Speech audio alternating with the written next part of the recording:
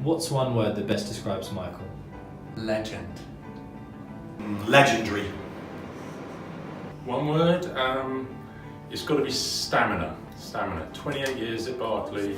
If you've ever been out on a bike ride, hoovering up those miles and hoovering up the pints and putting the world to rights any night down the pub. Yeah, stamina. Michael in a word. Festive. One word to describe Michael. He is an athlete in every conceivable way. Hearty. Jovial. Well, if I have to choose one word, the only word I can think of is Babcockian, but I'm not going to stick with that. I'm going to use three. Michael is a class act. Old school. He's a bit of a rebel. I think the best word to describe Michael is gregarious. Complicated. How would I sum up Michael in one word? Great company. In one word, sum up what you'll most miss about Michael in the photo. Great company! Michael is larger than life. Uplifting. Fun! And beer, for my lad's second word. Charismatic. Bon vivant. Bon vivant. My one word to describe Michael would be quotable. I can use several if I can. Irish, but actually what I really mean, I think it's just a really good friend.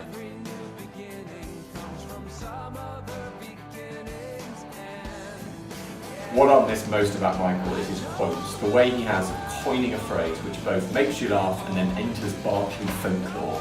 So a few that I remember particularly well. Number one is "You're not late till you're late." The second would be when describing a particularly good consultant at Barclay, he'd say, "He'll put shoes on your children's feet." But possibly my favourite would be when describing a particularly dull client, he would say, "He's just a waste of a good lunch." I'll miss his wise counsel. His cheeky smile and the frisson of danger whenever he's around in the office.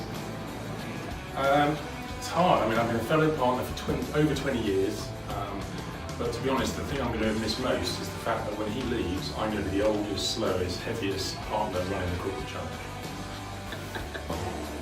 His willingness to point out bullshit. The man that trained Barclay on good relationship management. The thing that he does when he goes, aha! Wise words over a pint. Well, I'll miss his sage advice more than anything else. Over the years, Michael's given me advice on everything, from how to get the best out of people, through to parenting advice, but most importantly, how to maximize drinking throughput in a beer garden with young children. I think it can only be one thing, and I think it must be his frame, his incredibly statuesque frame, particularly when wrapped in lycra. It's astonishing. David, what will you miss most about Michael when he's gone? His ability to find the perfect place at every bar. Ah, Mr. Marsden. So whenever Michael utters that phrase, I know something good's coming, whether it's a piece of juicy gossip, something of note about Barclay or our clients, or hopefully an invitation out somewhere to have a bite to eat and drink. So the thing I'll miss about Michael is the meeting invites I used to get for him. So for about 1 o'clock in the afternoon, with 3 little initials on them, B.Y. bring your bag. Where to begin? So, the lunches, the expenses, the witty contributions at Partners Breakfast. Actually, that's showing my age. I'm trying to remember the last time Michael made Partners Breakfast.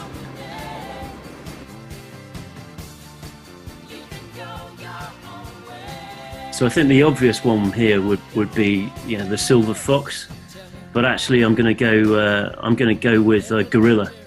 He'd be a gorilla. He'd be doing that gorilla rush on me right now if he did. I think Michael as an animal is he's just simply a great big teddy bear. So if Michael was an animal, what would he be? He is an animal.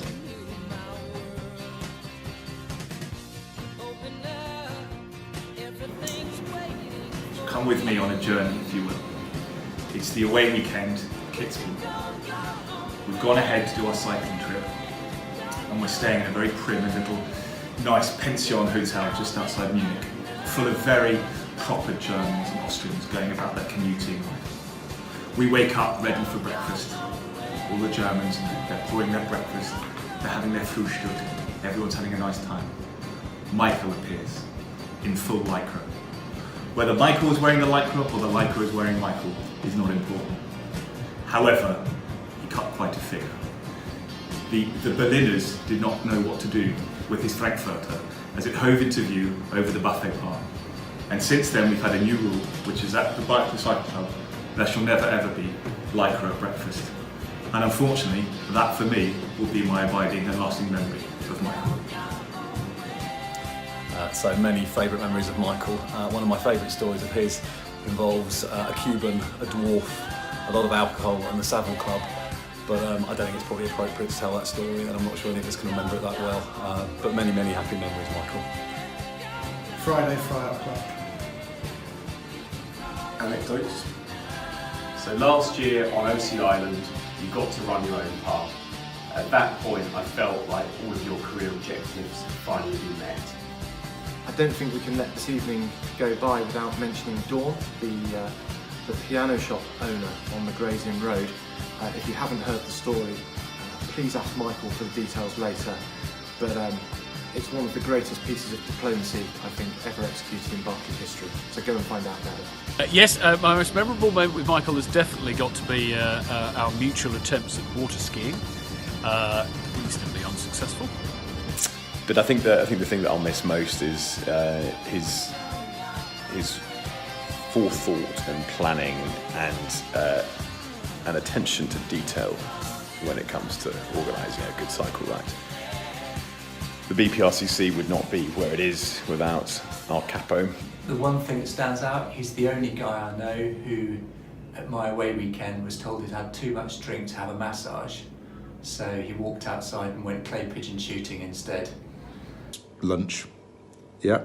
And the one that really sticks out for me is that non-alcoholic vegan lunch in Hackney that we had, which yeah, I know, Michael, you'll be smiling at that.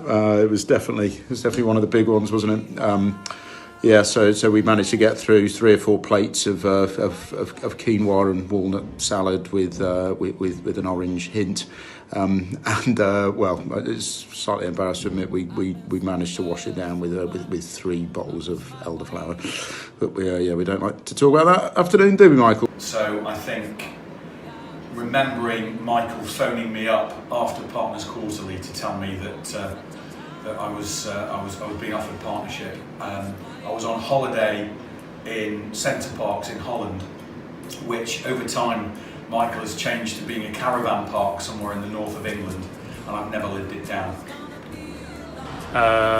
It could be watching him disappear in a golf cart down the 5th fairway as we all have to wait to tee off as he's currying beers to the next group of golfers. It could be the look on his face when he realised that I'd won the shooting cup for tossing a coin through a hole in a stall. But I think it will be the first time I ever met him, which was my first interview to come and join Barclay. So my most lasting memory of Michael is my first memory of Michael. Michael did my I3, and it was an early Friday morning interview back in 2003. So it wasn't exactly a grilling, as it was early on a Friday morning. But I remember being really struck by his charisma, his passion for consulting, and he's a massive reason why I joined the firm, and that was a huge crossroads in my life. There's so many to choose from, but I think the time that we decided to do some sumo wrestling would be right up there. There's a photograph of it on the wall in the office. Michael was convinced that his best approach was to guerrilla rush me, which he did the first time and failed. He decided that he'd got the strategy right but the execution wrong the second time, so he did exactly the same the second time and failed. And then the third time he tried something different, it still didn't work. I beat him 3-0. He's never forgiven me, and I've never let him forget. If you could describe Barkley in one word, what would it be? Bacchanalian. And what does that mean? Google it.